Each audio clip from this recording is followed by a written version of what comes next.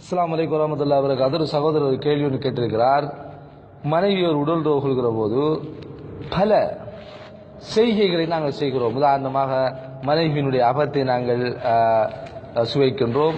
அதே போல ஒரு பெண் தன்னுடைய கணவனுடைய அபத்தை சுவைக்கிறார்கள்.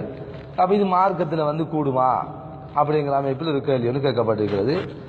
ரசூல் ஸல்லல்லாஹு அலைஹி வஸல்லம் அவர்கள் இதற்கு நேரடியாக இந்த ஒரு செய்தியும் சொல்லாவிட்டாலும், அல்லாஹும் இது சம்பந்தமாக சொல்லாவிட்டாலும், இஸ்லாம் என்ன சொல்லி காட்டுதுன்னு சொன்னால், நிசாஉக்கும் ஹர்துன் லக்கும், இந்த பெண்கள் உங்களுக்கு ஒரு விளைச்சல், எப்படி நீங்கள் விளைய வேண்டுமோ அப்படி நீங்கள் அதை விளைத்துக் கொள்ளுங்கள் என்று அல் குர்ஆன் அல்லாஹ் ஜல்ல ஷானஹு தஆலா சொல்லி காட்டுகிறார். இப்ப இஸ்லாம் சில விஷயங்களை தடை செஞ்சிருக்கு. உதாரணமாக ஒரு பெண்ணை பொறுத்த வரைக்கும் 2 நிலைகளில் மாத்திரம்தான் ஒரு பெண்ணோடு உடல் உறவு கொள்ளக்கூடாது. ஒன்று ஹைலாக இருக்கிற போது, ஒரு பெண் மாதாந்த ருசுவில் இருக்கிற போது அந்த பெண்ணோடு உடல் உறவு கொள்வது ஹராம்.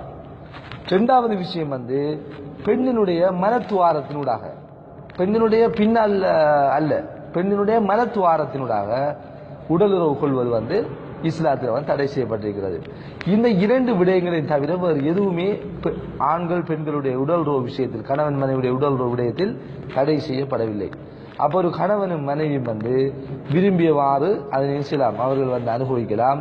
அதுல மார்க்கத்தில் எந்த ஒரு தடையும் கிடையாது. இப்ப நாங்கள் ஆரம்பத்தில் ஒரு சில விஷயங்களை சொன்னோம். என்ன, ஒரு கணவனுக்கு 2 மனைவிகள் இருந்தால் சில வேளை ஒரே நேரத்திலே ஒரே பார்வையில் 2 மனைவிமாரையும் ஒரு கணவன் இன்பம் அனுபவிக்க முடியாதுன்னு நான் சொல்லியிருக்கிறோம்.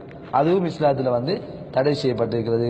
ஆனால் ஒரு மனைவியை வேண்டுமானால் எந்த ஒரு அமைப்பில் வேண்டுமாக இருந்தாலும் நான் மேற்சொன்ன அடிப்படையை தவிர்த்து நாங்கள் உடல் உறவு கொள்வதில் எந்த விதமான ஒரு தடையும் கிடையாது. அதே நேரத்தில் அவர்கள் அந்த நேரத்தில் வெளியிடப்படுகிற சில திரவங்கள், மதி போன்றவைகள் வாயிலே பட்டாலும் அதில் தப்பி தவறி உள்ளே சென்றாலும் கூட அதுவும் ஹராம் கிடையாது, நஜீஸ் கிடையாது. சரியா? அது மார்க்கத்தில் அது தடை செய்யப்படலை. எனவே இந்த அடிப்படையில் சாதாரணமாக நாங்கள் ஒரு மறதியாக அல்லது வேறு நோக்கத்திற்காக உள்ளே செல்லுமாக இருந்தால் அதில் நாங்கள் என்ன செய்யலாம், இஸ்லாம் அதை அனுமதிக்கிறது. அதில் மார்க்கத்தில் எந்த ஒரு தடையும் கிடையாது. எனவே இந்த அடிப்படையில் நாங்கள் இந்த விடயத்தை புரிந்து கொள்வது சிறப்பானது.